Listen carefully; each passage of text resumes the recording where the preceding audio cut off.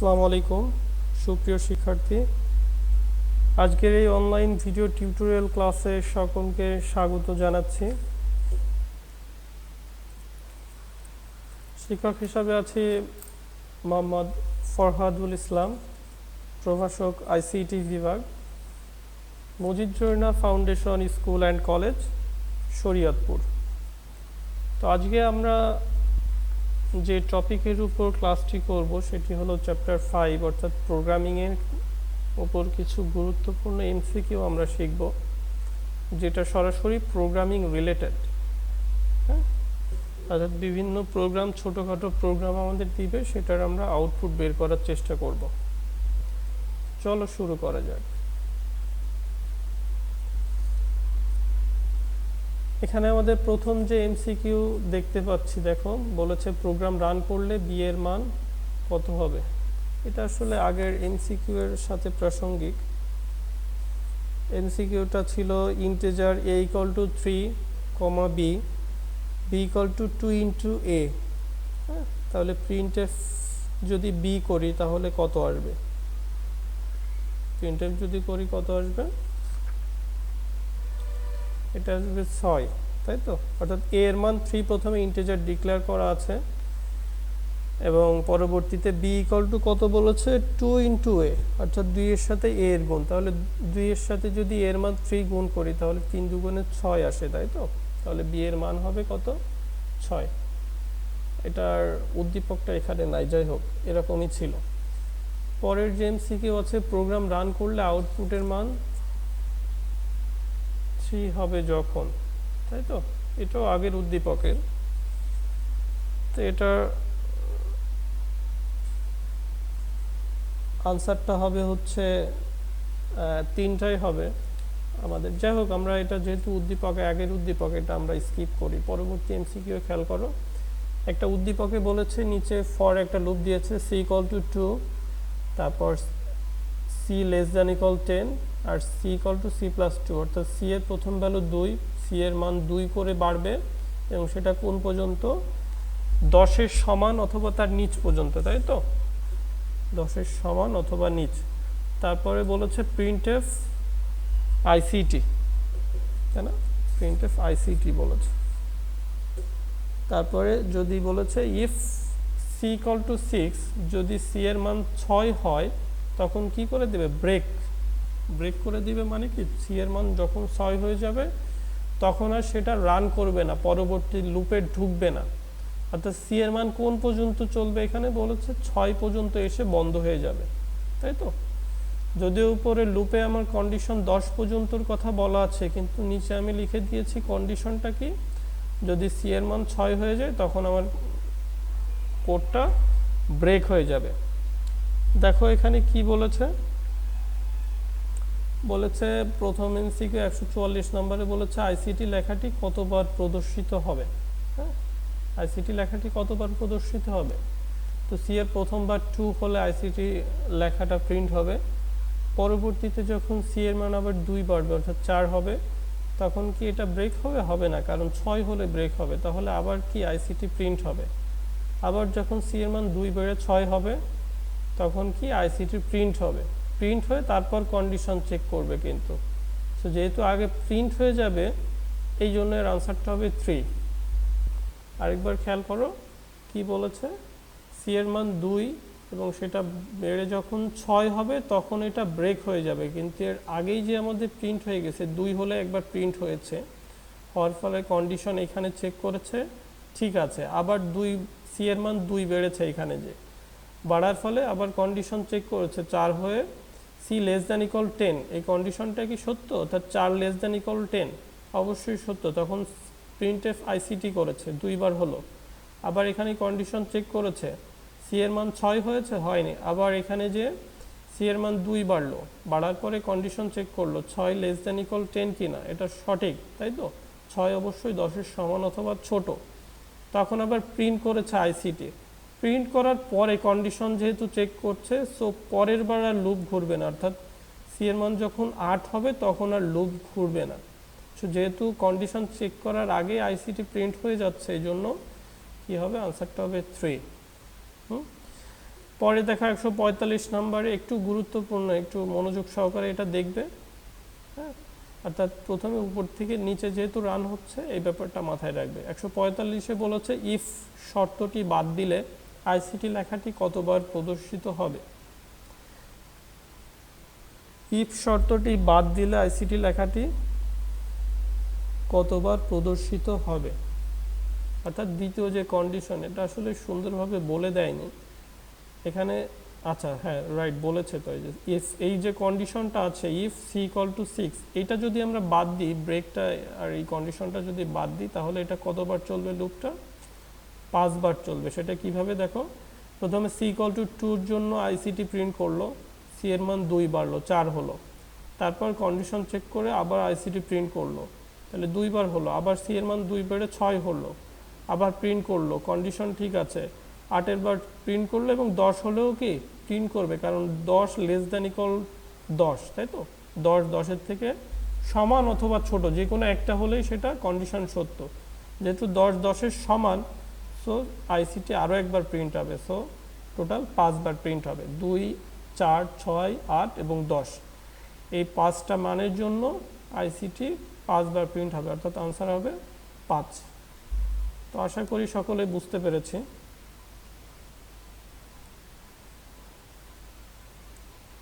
পরবর্তী এমসিকিউটা খেয়াল করো, বলেছে জেরি সি ভাষায় একটি প্রোগ্রাম রচনা করে যাতে 2টি সংখ্যার যোগফল নির্ণয় করা যায়। প্রোগ্রামটি রান করার পর 2টি সংখ্যা প্রদান করলে ফলাফলে শুধু দ্বিতীয় সংখ্যাটি প্রদর্শিত হয়। আর একবার একটু পড়ি, দেখো, জেরি সি ভাষায় একটি প্রোগ্রাম রচনা করে যাতে 2টি সংখ্যার যোগফল নির্ণয় করা যায়। প্রোগ্রামটি রান করার পর 2টি সংখ্যা প্রদান করলে ফলাফলে শুধু দ্বিতীয় সংখ্যাটি প্রদর্শিত হয়। বলেছে উদ্দীপকে প্রদর্শিত ভুলের কারণ কি, তাই তো? উদ্দীপকে প্রদর্শিত ভুলের কারণ কি হতে পারে? আমাদের কোডিংয়ে ভুল আছে, তাই তো? অর্থাৎ আমরা যে 2টা সংখ্যা যোগ করব, সেই যোগ করার কোডটুকু আমরা লিখি নাই, শুধু দ্বিতীয় সংখ্যা প্রিন্ট করার জন্য আমরা প্রিন্টএফে দ্বিতীয় সংখ্যা লিখেছি, এই জন্য আমাদের দ্বিতীয় সংখ্যাটি প্রদর্শিত করছে জেরির সি প্রোগ্রামিংয়ে। যদি আমরা যোগের কোডটুকু লিখতাম তাহলে অবশ্যই সেটা আমাদের 2টা সংখ্যা যোগ করে দিত, অর্থাৎ আমাদের ভুলটা কোথায়? কোডিংয়ে। 147-এ বলেছে উদ্দীপকে উদ্ধৃত সমস্যার কারণ কি, কারণ কোনটি? এখানে কারণ হলো গদাগ আউটপুট ফাংশনে ভুল চলক ঘোষণা করা হয়েছে। কারণ কি? অর্থাৎ আউটপুট আমাদের যেটা প্রিন্টএফে লিখতে হবে সেটা 2টা সংখ্যা যোগ করে যে আমরা সাম নামক ভ্যারিয়েবল বা যে ভ্যারিয়েবলে রাখি না কেন ওই ভ্যারিয়েবলটা প্রিন্ট করব, কিন্তু এখানে প্রিন্টএফে প্রিন্ট যদি করা হয়েছে কোনটা, যেহেতু দ্বিতীয় সংখ্যা প্রদর্শিত হয়েছে, আমরা দ্বিতীয় সংখ্যার ভ্যারিয়েবলটা প্রিন্ট করে ফেলেছি। এই জন্য এটার আনসার হবে কি, আউটপুট ফাংশনে ভুল চলক ঘোষণা করা হয়েছে। আমাদের দ্বিতীয় ভ্যারিয়েবলে যে ভ্যালুটা রেখেছি, সাপোজ বিতে যে ভ্যারিয়েবলে ভ্যালুটা রেখেছি, ওই বিটা আমরা প্রিন্ট করে ফেলেছি বা জেডি প্রিন্ট করে ফেলেছে, এই জন্য আমাদের আউটপুটে দ্বিতীয় সংখ্যাটি প্রদর্শিত হচ্ছে উদ্দীপকে যেটা বলেছে। তাহলে এটা আনসার হবে আউটপুটে ফাংশনে ভুল চলক ঘোষণা করা। পরেরটা দেখো, একটা উদ্দীপক দিয়েছে, বলেছে include stdio.h main integer a equal to 3, b equal to ++a printf b এর মান প্রিন্ট করবে, তাই তো? প্রোগ্রাম রান করলে printf ফাংশনে b এর মান কত হবে? b এর মান কত হবে printf ফাংশনে?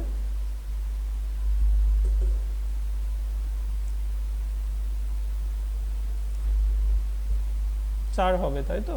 অর্থাৎ এর মান ছিল হচ্ছে 3, সেটা যখন ++a করা হয়েছে তখন এর মান 1 বেড়েছে, তার মানে 3 ছিল 1 হয়েছে, এবং সেটা বিতে রেখে বিটা প্রিন্ট করেছে, যেহেতু সেটার মান হবে 4 বা খ দাগ।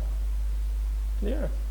অর্থাৎ এখানে ++a দ্বারা এর মানটা 1 করে বাড়বে, এরকম বোঝায়। এখানে আরেকটা বিষয় তোমরা মনে রাখবে, সেটা হলো ++a আর a++, এই দুইটার ভিতরে একটা পার্থক্য আছে, তোমরা অবশ্যই পার্থক্যটা দেখে নিবে, এটা তোমাদের অনুধাবনমূলক প্রশ্নের জন্য গুরুত্বপূর্ণ। পরে বলেছে দেখো, অতিরিক্ত লাইন না লিখে প্রোগ্রাম রান করলে প্রিন্টএফ ফাংশনে b এর মান 8 হবে। কি পরিবর্তন করলে? কি পরিবর্তন করলে b এর মান 8 হবে? এখানে হবে B equal to A plus 5 যদি করি, তাই তো, অর্থাৎ এর মান 3 অলরেডি আছে, এর মান 3 ডিক্লেয়ার করা আছে বা বলে দেওয়া আছে। তো এটার সাথে যদি 5 যোগ করে বিতে রাখি এবং বিটা প্রিন্ট করি, তাহলে সেটা আমাদের কি আউটপুট দেখাবে? 8 আউটপুট দেখাবে। তো সঠিক উত্তর হলো ঘ, তাই না? ঘ বলেছে নিচের উদ্দীপকে পড়ো এবং 150-51 নং প্রশ্নের উত্তর দাও। লিমার তৈরিকৃত ওয়েব পেজ একটি নতুন ছবি সংযুক্ত করলো, ফলে তার পেজটি আরও দৃষ্টিনন্দন হলো। বলেছে পার্সেন্টেজ কাজ করে, কি টাইপের কাজ করে? পার্সেন্টেজ আমরা জানি ফ্লোট টাইপ নিয়ে কাজ করে, আর কি ইন্টিজার নিয়েও কাজ করে কিন্তু পার্সেন্টেজ। সেটা কিভাবে?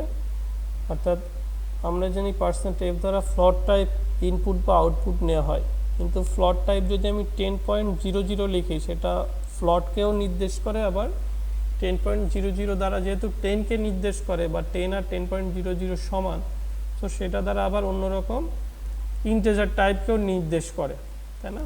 তো %f দ্বারা মূলত ইন্টিজার ফ্লোট দুইটাকেই নির্দেশ করা যায়, কিন্তু %d দ্বারা শুধুমাত্র ইন্টিজার টাইপকে নির্দেশ করে, হ্যাঁ, ভগ্নাংশ বা ফ্লোটকে নির্দেশ করে না। বুঝতে পেরেছি? তো সঠিক উত্তর হবে আসলে 1 ও 2। তারপরে বলেছে 151 নম্বরে বলেছে কোনটি কম মেমোরি ও রিসোর্স নিয়ে সহজে প্রোগ্রাম লেখা যায়। ও আচ্ছা, কোন ভাষা বা কোন ল্যাঙ্গুয়েজে কম মেমোরি ও রিসোর্স নিয়ে সহজে প্রোগ্রাম লেখা যায় সেটা বোঝাতে চেয়েছে। এটা হবে গ দাগ, অর্থাৎ সি ভাষায় সব থেকে সহজ এবং কম মেমোরি জায়গা নিয়ে এবং কম রিসোর্স নিয়ে কি করা যায়? প্রোগ্রাম লেখা যায়। সঠিক উত্তর হবে সি ভাষা বা গ দাগ। একটা উদ্দীপকে বলেছে হাসান সাহেব অ্যাকাউন্টিং সফটওয়্যার তৈরির সময় প্রতিটি মডিউল ছোট ছোট করে বিভক্ত করে সমাধানের ধাপ নির্ধারণ করেন, কিন্তু সফটওয়্যারটি তৈরির পর সেটি পরীক্ষা করে দেখা যায় প্রদত্ত ডেটার জন্য ফলাফল ভুল প্রদর্শিত হচ্ছে। উদ্দীপকে হাসান সাহেব কোন টুলসগুলো নির্দেশ করেছেন? তো এটা টুলসগুলো হবে মূলত সবগুলাই। প্রোগ্রাম কোডিংকে নির্দেশ করেছেন, ফ্লো চার্ট, অ্যালগোরিদম। সোজা একটা এমসিকিউ, সফটওয়্যার তৈরির জন্য আসলে তিনটাকেই ফলো করা লাগে, অ্যালগোরিদম, ফ্লো চার্ট এবং কোডিং। প্রথমত অ্যালগোরিদম, অর্থাৎ তুমি কোডিংটা কিভাবে করবে সেটা নির্দেশ করে অ্যালগোরিদম, হ্যাঁ, এবং সেটার সাংকেতিক বা চিহ্নভিত্তিক রূপ হচ্ছে ফ্লো চার্ট। এবং সেই কোডিংটা প্রথমে কিভাবে করবে এটা লজিকটা ঠিক করে তারপর সেটার কোডটা করতে হয়। অর্থাৎ তিনটা বিষয় এর সাথে সংযুক্ত।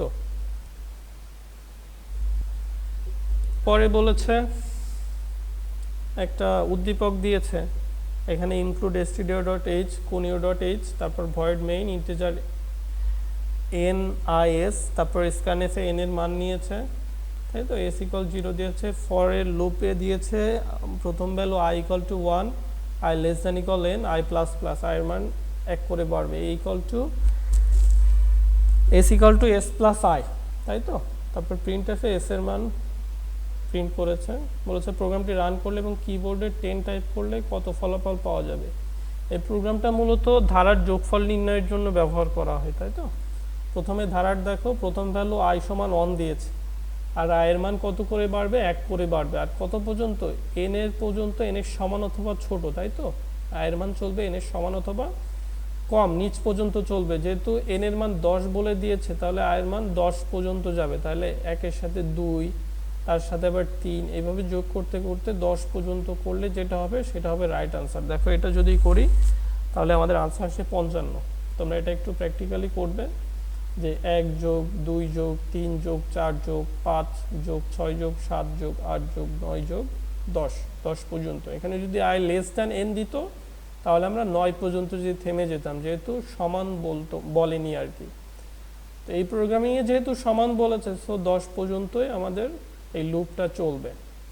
পরে 154তে বলেছে 10 সংখ্যাটি ঠিক রেখে ফলাফল 385 পেতে লুপ স্টেটমেন্টে কী ধরনের পরিবর্তন করতে হবে, তাই তো। অর্থাৎ আমাদের n এর মান 10ই থাকবে, তারপর আমাদের যদি ফলাফল পেতে চাই 385, তাহলে কী ধরনের পরিবর্তন করতে হবে সেটা তোমাদের এইগুলা চেক করতে হবে যে প্রথম এস ইন্টু আই যদি করি 10 পর্যন্ত তাহলে কি আমাদের 385 আসে, দ্বিতীয়টা যদি করি আসে, এভাবে প্রত্যেকটা অপশন চেক করতে হবে।